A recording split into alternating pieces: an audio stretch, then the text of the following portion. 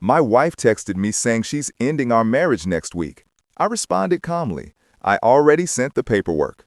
Then I double-checked that our prenuptial agreement was ironclad and I'd taken care of all the investments on my own. When I read my wife's text saying she was leaving me, I just thought, great, it will save my lawyer the trouble. My wife texted me saying she's ending our marriage next week. I responded calmly. I already sent the paperwork. Then I confirmed our prenup was unbreakable and I had taken care of all the investments on my own. 2 days after her lawyer got involved, he was panicking during a call. At 38, I was staring at a quarterly financial forecast on my screen, one of those exhausting spreadsheets, when my phone vibrated. It was Amanda, my wife. "Brian, listen, just so you know, I'm leaving you next week. My lawyer will be in touch."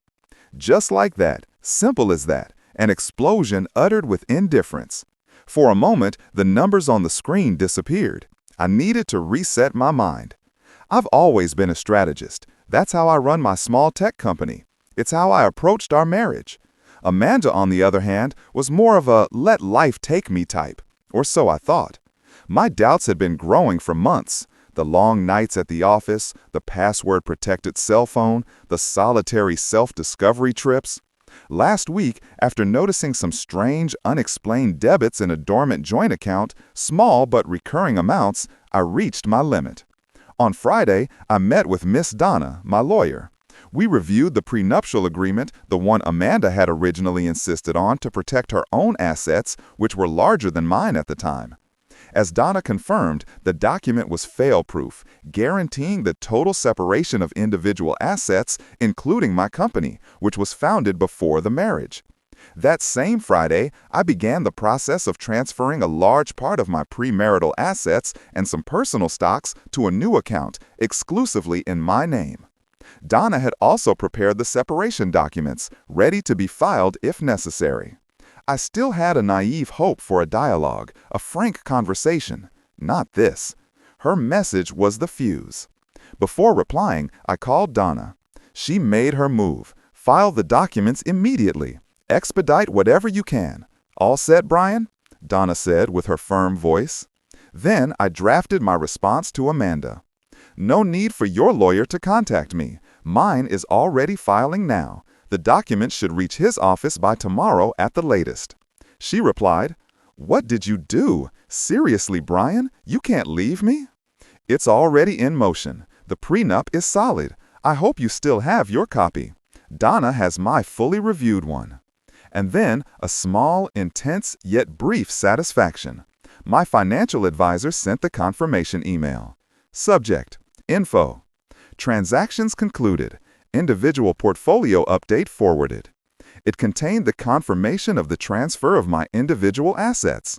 Everything perfectly legal, according to our prenuptial agreement. Amanda didn't reply again. I took a screenshot, sent it securely to Donna. I took a deep breath. The surprise was minimal, overshadowed by the precision of the focus that dominated me. The prenup had been her idea. Just to keep things clear, darling. My company prospered. Her inheritance, not so much. Blame the passion for designer brands and resorts. Donna seemed almost pleased during our meeting. This is going to be simple, Brian. If she tries an offensive, it will only reinforce that we are following exactly what was agreed upon.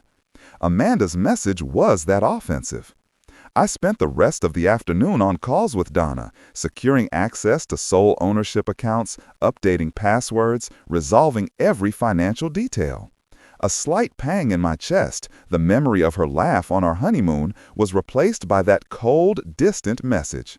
She wanted to separate next week. She was about to find out it was already happening today, under terms she definitely didn't expect. Update 1. I woke up on Wednesday feeling peaceful. A series of missed calls from Amanda, furious voicemails. "How could you do this? That money is shared." No, it wasn't. Around noon on Wednesday, the formal attack came. A message from a certain Mr. Timothy Vance. We'll use the surname Davenport for Amanda for consistency with the beginning. The email was copied to her, Amanda Davenport. The hostile, authoritative tone. Mr. Anderson? He didn't even spell my name correctly. It's Anderson or soon just Brian again. It has come to my attention that you have initiated separation proceedings in a sneaky and malicious manner. Your efforts to conceal shared assets through last-minute financial maneuvering will not succeed. My client was pressured into signing the prenuptial agreement, the validity of which will be strongly contested. We demand full transparency, substantial alimony, and half of your company shares by the close of business tomorrow. Failure to comply will result in immediate legal measures to freeze all identified assets. I almost laughed. Sneaky. From the author of the breakup text? Conceal shared assets? I merely redirected my individual property according to the prenup, the same one she demanded. The transactions began before her text. She had pushed her own consultants to review it weeks before, eager to sign it. Half of my company was clearly classified as individual property in the contract. Alimony was waived in the agreement itself. I forwarded everything to Miss Donna. What's next?